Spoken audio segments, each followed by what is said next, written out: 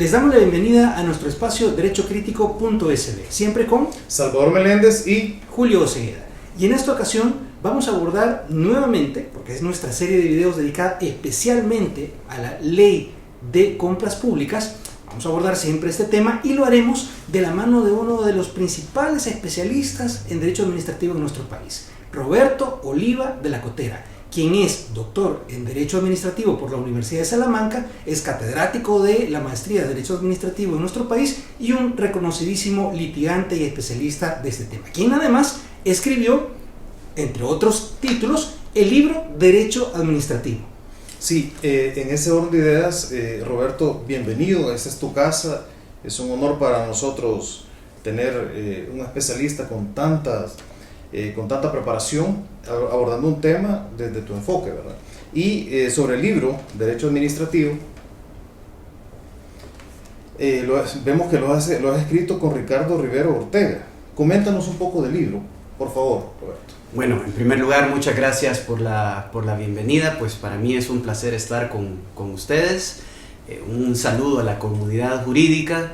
Sí, efectivamente, pues hace un par de años con el doctor Ricardo Rivera Ortega, pues escribimos este libro que pues agarra las experiencias españolas y trata de trasladarlas a la legislación jurídica salvadoreña.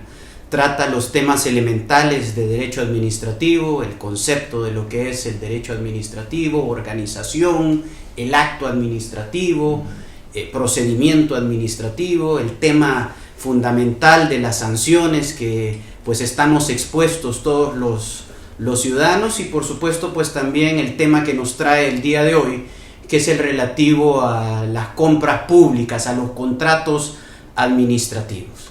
Entonces, pues yo creo que es una obra que puede ayudar a la comunidad jurídica pues a comprender estos temas que en ocasiones pueden ser un poco complicados y darles una óptica práctica para solucionar los conflictos. Excelente, Roberto, te agradecemos muchísimo el tener la oportunidad de poder acceder a este título. ¿Dónde podemos encontrarlo? Bueno, pueden encontrarlo en la librería iberoamericana, ahí es a donde principalmente lo pueden obtener, también en la librería de la UCA. Excelente. Bueno, y para entrar ya en materia, Julio, ¿sí? Que no se te olvide, Este video puede ser visionado en las redes de la revista Derecho y Negocios. Ok. Y ahora sí, entrando un poco en materia, Roberto, con relación a la ley de compras públicas, es una ley que entró en vigencia el 10 de marzo, una ley nueva. En tu perspectiva, ¿cuáles serían esos avances, esas innovaciones que trae esta ley? Bueno, esta nueva normativa que tiene muy poco tiempo de estar en vigencia, definitivamente sigue la estela dejada por la Ley de Adquisiciones y Contrataciones, la CAP, conocida por todos. Ciertamente, pues al hacer un balance para determinar cuáles son las innovaciones y las perspectivas, se pueden llegar a cierto tipo de conclusiones. Quizás es demasiado prematuro hacerlas, no sabemos cómo esto se va a aplicar, pero ciertamente creo que existen algunos pasos hacia adelante, pues también por supuesto existen críticas a la misma, pues yo creo que pues vamos a poder analizarlas en esta sesión sobre cierto tipo de disposiciones controversiales, el papel por ejemplo que tiene la DINAC, nuevos mecanismos de selección de contratistas, pues también sanciones que se le pueden poner a los contratistas particulares y toda esa dinámica nueva que se ejerce con esta nueva normativa que pues yo creo que la podemos discutir ampliamente.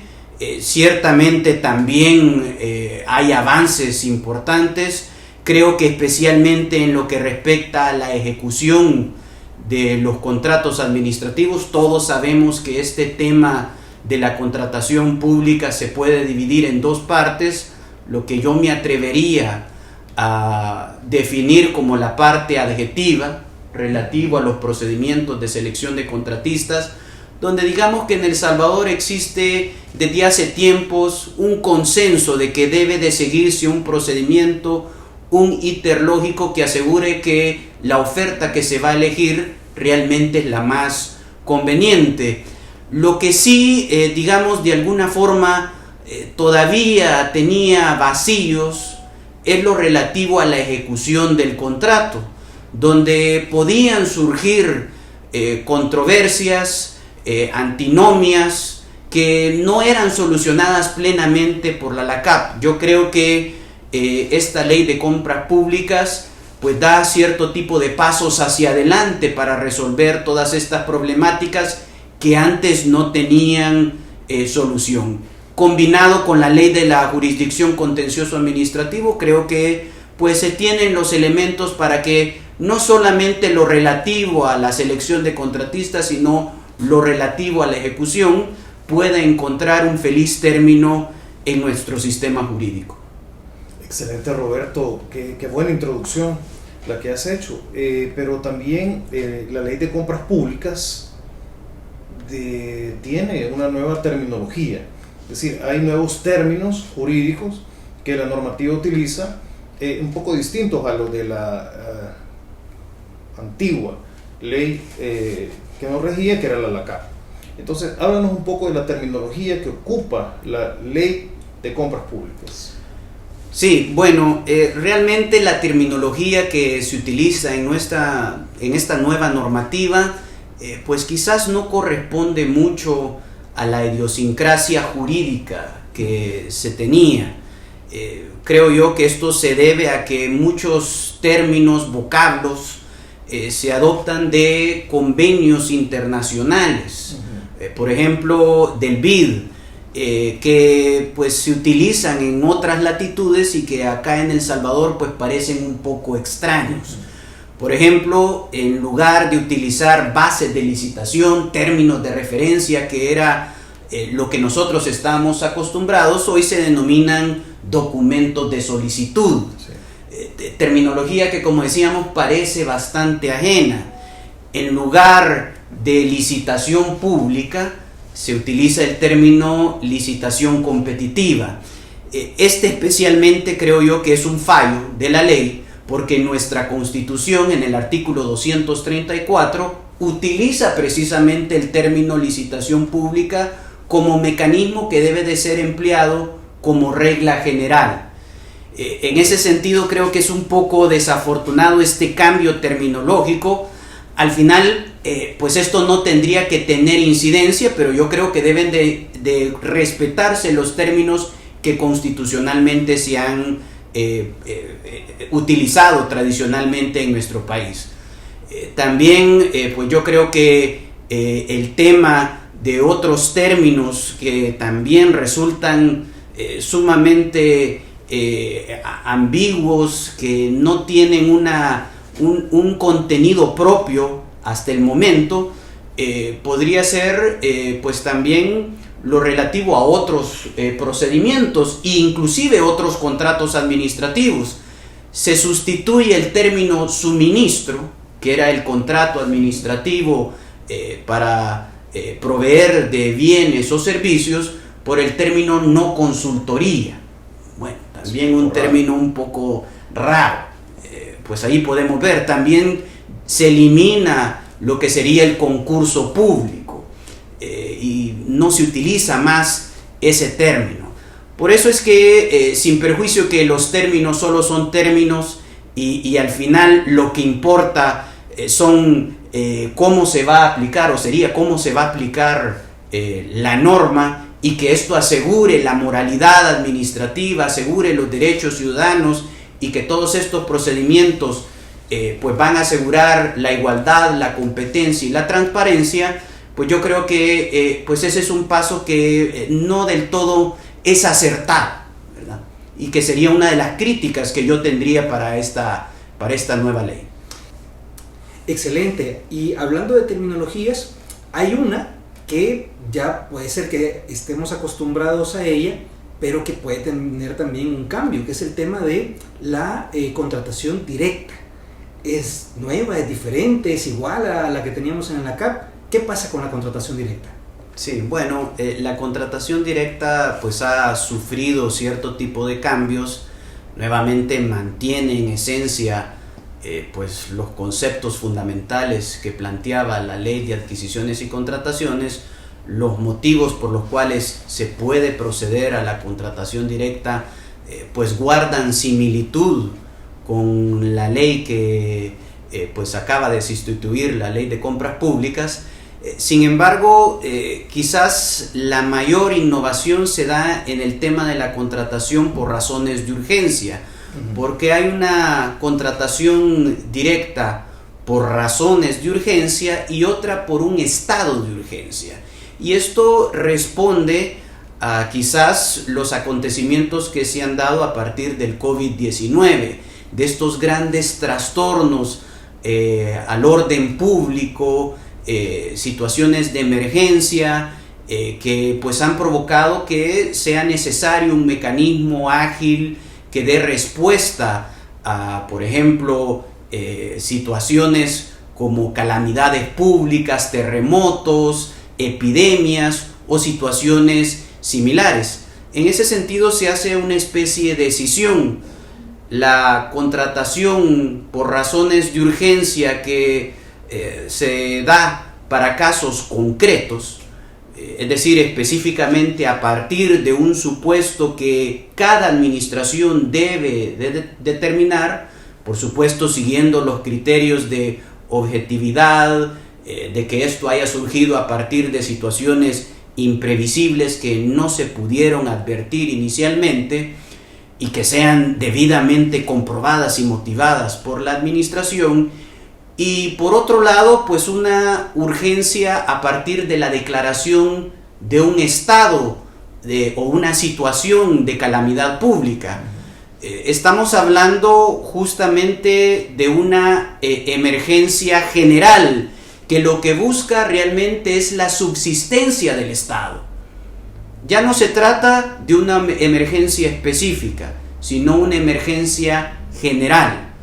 En ese sentido, cuando se declara esta emergencia, pues es posible que la DINAC dicte lineamientos para que se puedan realizar compras de forma más ágil. Inclusive ella podría absorber a partir de análisis de mercado las contrataciones que realizan las demás administraciones. Por lo tanto, pues esta doble vertiente que tiene la contratación directa por urgencia, pues yo creo que pues en principio es positiva. Sigue siendo un aspecto pues un poco controversial, no se acepta en todos los países. Generalmente la urgencia es por razones específicas, concretas, y no por situaciones generales. Pero pues a partir de los acontecimientos que hemos vivido en los últimos años con la pandemia, esto surge como una respuesta a esta situación, a este tipo de situaciones. Ok, qué interesante el planteamiento que haces, Roberto. A mí me quedó también en la pregunta número 2, cuando la contestaste, hablaste de la terminología nueva y te referías al tema de, por ejemplo, la licitación pública que aparece en la Constitución y ahora aparece como licitación competitiva. Pero hay un tema que puede ser de mucho análisis en esta ley y es el tema del ajuste de precios. Con el tema específico de ajuste de precios, ¿qué nos puedes decir? Bueno, cuando existe un quiebre de la situación económica financiera del contrato, bueno, puede ser necesario que se dé un ajuste de precios, en el sentido de que los contratos administrativos, todos sabemos, son de naturaleza conmutativos, es decir, existen prestaciones equivalentes, no se trata de un contrato aleatorio. En ese sentido, si existen modificaciones en las situaciones originales, es lógico que si esto provoca un incremento en los precios, bueno, el contrato administrativo debe de ser modificado y al particular se le debe de pagar justamente tal como lo establece el artículo 9 de la Constitución. El artículo 9 establece que nadie está obligado a prestar trabajos sin que exista una justa retribución. porque si no, pues se trataría de una especie de confiscación. Lo que se busca es una protección a los derechos patrimoniales de los contratistas. Ahora, pues se establece en la LACAP una regulación del ajuste de precios donde intervienen procedimentalmente varias entidades u organismos. Interviene la UCP y interviene pues también la DINAC, que es la que al final va a autorizar este ajuste de precios. Tradicionalmente, por diferentes razones, la administración era muy temerosa. Quizás esta circunstancia, este órgano especializado que se va a encargar justamente de definir que estos ajustes sean realmente equitativos y que cumplan con todos los preceptos que establezca la LACAP, y que esta modificación sea razonable, pueda venir a solucionar múltiples conflictos que antes, como decíamos, simplemente no tenían solución.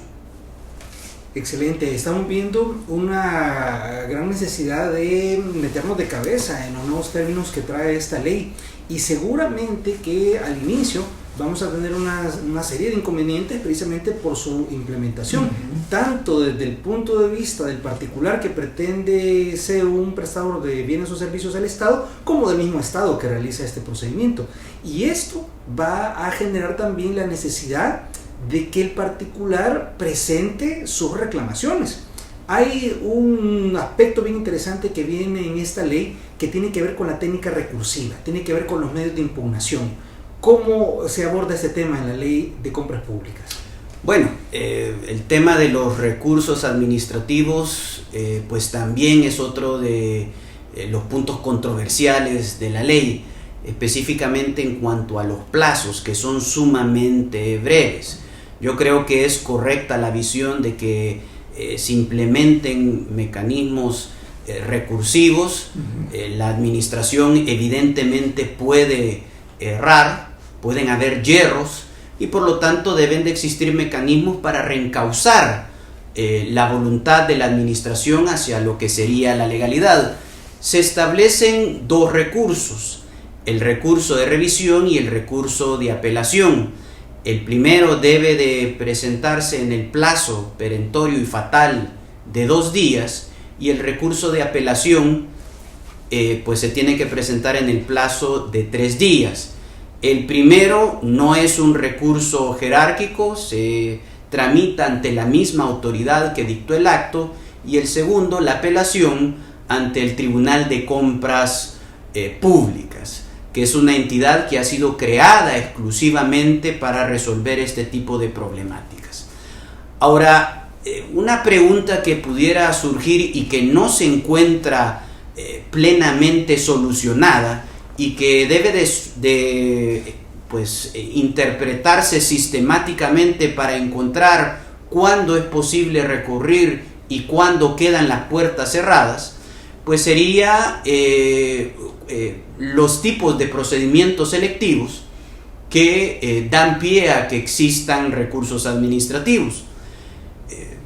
El articulado de la Ley de Compras Públicas plantea que dentro de los procedimientos ordinarios es posible únicamente recurrir ante la licitación competitiva y, en segundo lugar, ante la comparación de precios. No es posible recurrir en la baja cuantía y no es posible recurrir en la contratación directa. Esto pues creo yo que queda bastante claro. En los procedimientos de selección especiales pues existen, como sabemos, 3 procedimientos. En primer lugar, la subasta inversa electrónica; en segundo lugar, el convenio marco; y finalmente las compras en línea.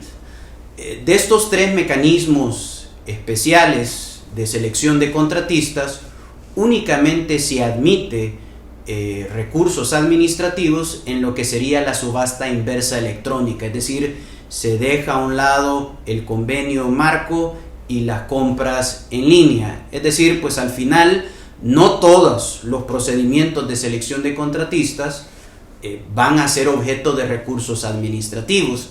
Sobre la conveniencia o no de que existan recursos administrativos, esto también pues es discutible. Se dice de que esto evita que exista una mayor conflictividad, pero por supuesto esto no puede evitar que se interponga oportunamente el proceso contencioso administrativo. Por lo tanto, podría surgir un problema mayor, que directamente la gente se vaya al proceso contencioso administrativo, se suspenda el acto reclamado y pues igualmente no se pueda ejecutar el contrato administrativo. Por lo tanto, esto es algo de perspectiva. No sé si esas fueron las razones que se tomaron en consideración para eliminar los recursos, pero al menos esos fueron algunos de los criterios que la antigua UNAC planteaba para evitar que se pudiera impugnar cierto tipo de procedimientos, que por cierto, a partir de la jurisprudencia de la Sala de lo Contencioso Administrativo, esto se fue rectificando. Es decir, se estableció que todos los actos de la administración a través de los cuales se elegía a un contratista eran susceptibles de recurso administrativo. Excelente, Roberto. Vemos una reflexión bastante crítica, pensante, constructiva, elaborada respecto a la ley de compras públicas. Y yo, como siempre, invito pues, a los colegas que nos siguen, al gremio jurídico, a reflexionar, a analizar, ¿verdad?, a conocer, a empaparse y a instruirse sobre estos temas. Conocer, y eso implica estudiar, implica sentarnos y escuchar diferentes voces. Ahora tenemos el análisis del distinguido amigo Roberto Oliva de la Cotera y su perspectiva sobre esta ley. En ese orden de ideas hay un tema que es fascinante y son las disposiciones controversiales, las disposiciones pues, que nos pueden parecer criticables de esta norma. Y hay un tema dentro de ellos que es el de la razonabilidad de precios. Puedes explayarte en este sentido, no hay problema. Bueno, sí, como he expuesto a lo largo de esta entrevista, bueno, hay múltiples artículos controversiales, unos en mayor medida, otros en mayor medida. Pues tendría que hacerse un balance entre los avances y tal vez algún tipo de pasos hacia atrás que ha habido en esta normativa.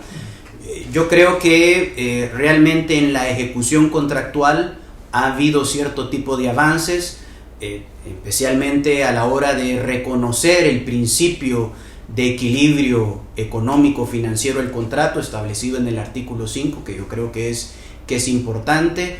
La dinámica de los ajustes de precios, que creo yo que se encuentran vinculados, pero sí, pues yo creo que al menos al principio pues va a haber un poco de controversia en cuanto a todos estos nuevos términos, todas estas nuevas figuras, medios de impugnación, y un punto como tú mencionaste era el tema de la razonabilidad de precios, en el sentido de que podría haber un análisis por parte de la administración, especialmente a partir de parámetros de la DINAC, que realizará pues una regulación al respecto sobre cuándo pueden haber excesivos precios. Esto pues podría desde cierta perspectiva ser preocupante, porque esto parte de las leyes del mercado. ¿Cuándo va a haber un precio excesivo y cuándo no lo va a haber? Pues parte de la subjetividad, y difícilmente a partir de fórmulas que se establezcan normativamente se podrá llegar a pues un consenso de que se ha aumentado ilícitamente los precios.